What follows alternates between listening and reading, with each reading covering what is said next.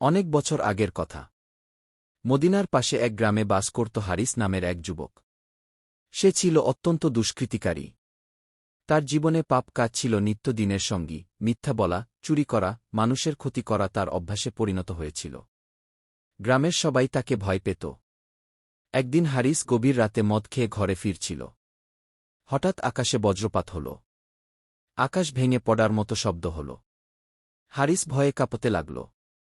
মনে মনে ভাবল, আল্লাহ যদি এখন আমাকে ধরে নেন, যদি আমি এখন মারা যাই, আমি তো সম্পূর্ণ গোনাহে ভরা একজন মানুষ। সে দৌড়ে গ্রামের মসজিদের দিকে ছুটে গেল। মসজিদ তখন ফাঁকা। কেবল একজন বুড়ো ইমাম তাহাজ্জুদ পড়ছিলেন।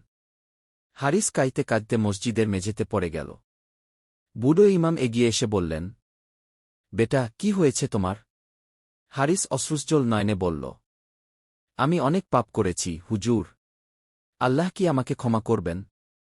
ইমাম মৃদু হেসে কুরআনের একটি আয়াত পড়লেন, হে আমার বান্দারা, যারা নিজেদের উপর জুলুম করেছে, তোমরা আল্লাহর রহমত থেকে নিরাশ হজো না।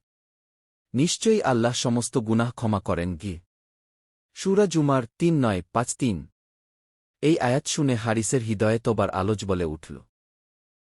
সে সেজদায় পড়ে গিয়ে কান্নায় ভেঙে পড়ল এবং সেদিন রাতেই আল্লাহর কাছে তওবা করল। তারপর থেকে হারিসের জীবন পুরোপুরি বদলে গেল। সে অন্যদের সাহায্য করত, নামাজ পড়ত, কুরআন শিখত, মানুষকে ভালোবাসত। গ্রামের লোকেরা তাকে কি আল্লাহর বন্ধু কি বলে ডাকতে শুরু করল। শেষ পর্যন্ত হারিস ইহলোক ছেড়ে চলে গেল ইমানের সাথে। আল্লাহ